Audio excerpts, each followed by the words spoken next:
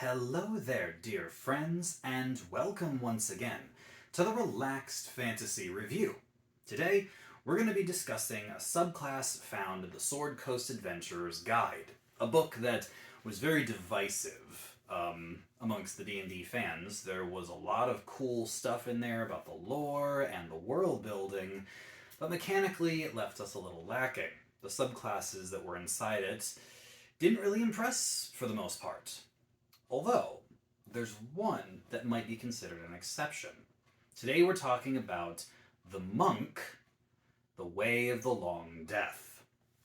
Before we get too deep into it though, I wanted to let you know that the channel has memberships now, and if you look below the video, you should see a join button. For $1 a month, you get to support me in the channel, you get a little badge next to your name in the comments, and it lets me know to respond to your comments with thanks and my undying gratitude.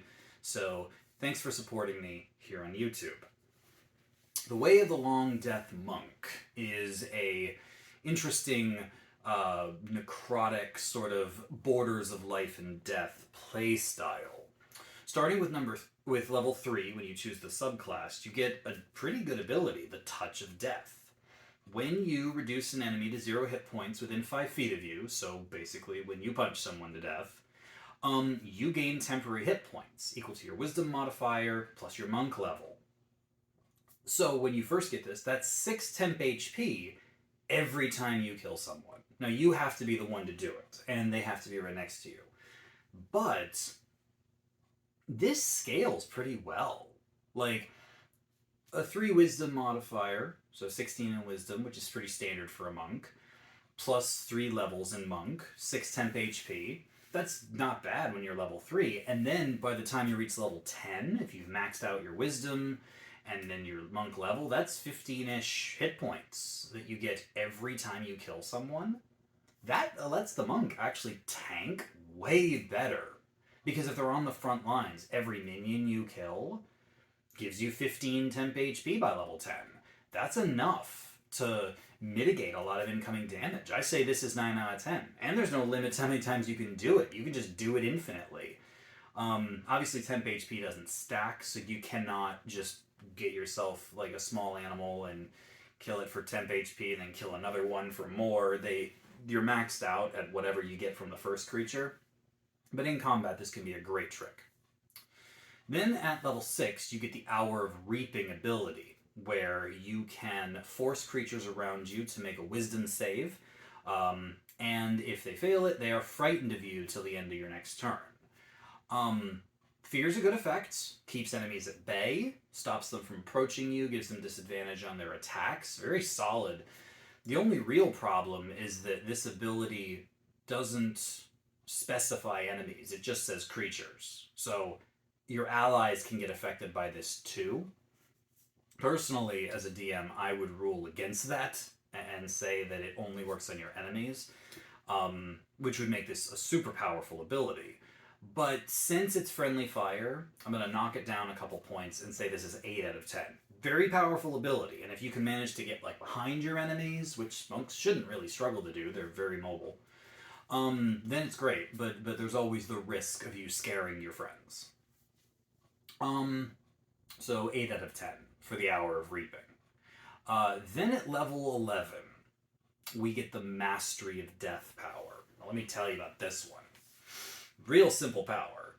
Every time you are reduced to 0 hit points, you can spend a key point to be reduced to 1 hit point instead. So monks struggle with their key points. Obviously, they have limited amounts. They come back on a short rest, but you need them for Flurry of Blows, Stunning Strike, all the good stuff. But this is really powerful. Like I want you to imagine this. You're a monk, you're fighting, you're getting temp HP every time you kill something. Then they manage to knock you to 0 hit points. Oh no, wait. 1 key point, and you're not unconscious anymore. And then the next turn, they manage to, oh no, 1 key point. No, I'm not unconscious. Even if you spend half your key points on Flurry of Blows and Stunning Strike during a fight, you still have 5 or 6 times you could go down in a fight that you just aren't gonna. that saves you from death saves. This is amazing. There are races out there, like the half-orc, for example, that get this power once per long rest. There's the Shadow Sorcerer that can do this once per long rest with a saving throw as well. But a Long Death Monk just says, no, 1 key point, I'm good. And you have 11 when you get this. So this is 10 out of 10. This is one of the greatest tanking abilities I've ever seen. And with the additional temp HP, this monk might be the best tanking monk out there. Real solid. Then finally, level 17, you get the Touch of the Long Death, which allows you, when you hit with an attack, to spend key points, anywhere between 1 and 10. So you really get to scale this however you like.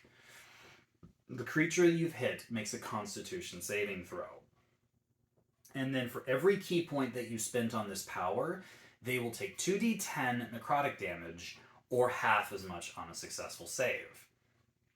Con saves are pretty easily resisted, especially at level 17. Most monsters you fight aren't going to be failing this save. But because you can scale it, if you're willing to blow 5 key points, that's 10d10 necrotic damage added to a hit. Which, that averages out to 55 damage, or 28 damage on a save. Which, that's not a lot at level 17, but it isn't nothing. But it does cost 5 key points to do that much.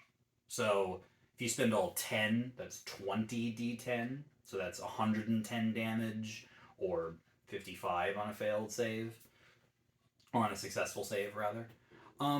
So yeah, it's a little expensive on the key points, considering how much damage it does. It's not nothing. Like, this is definitely a nice damage boost when you really need to hit something that much harder. Like, if it is an emergency situation and you have to take a target down immediately, no matter what, sure, go ahead and throw away more than half your key points, just making absolutely sure that that creature dies. I wouldn't use this often, though. Like, this isn't something I would use 1 key point per turn just to add extra damage. It feels inconsequential at this level. But you never know. I say this is 7 out of 10, situationally useful, powerful in the right circumstances, but that's something I'm going to use round after round. So overall, you got yourself a tanky, scary, hard-to-kill monk. All those key points spending on Mastery of Death to just keep you up in the fight will honestly have you surviving as long as a barbarian. And for a monk, that's incredible. I say 9 out of 10. It definitely needs a couple tweaks. The Friendly Fire Fear ability and the mediocre Touch of Long Death could be souped up a little bit. But even with them as they are, Touch of Death and Mastery of Death, top tier abilities. And I would highly praise this as one of the best monks in D&D. Especially if you're going to be up on the front lines fighting. So, good job, Sword Coast Adventurers Guide. You did it. You made a good subclass. This has been the Relaxed Fantasy Review. If you enjoyed the video, please like and subscribe down below. Look out for that join button, and keep your eyes peeled for more subclass reviews coming down the line soon. Have a good one, my friends.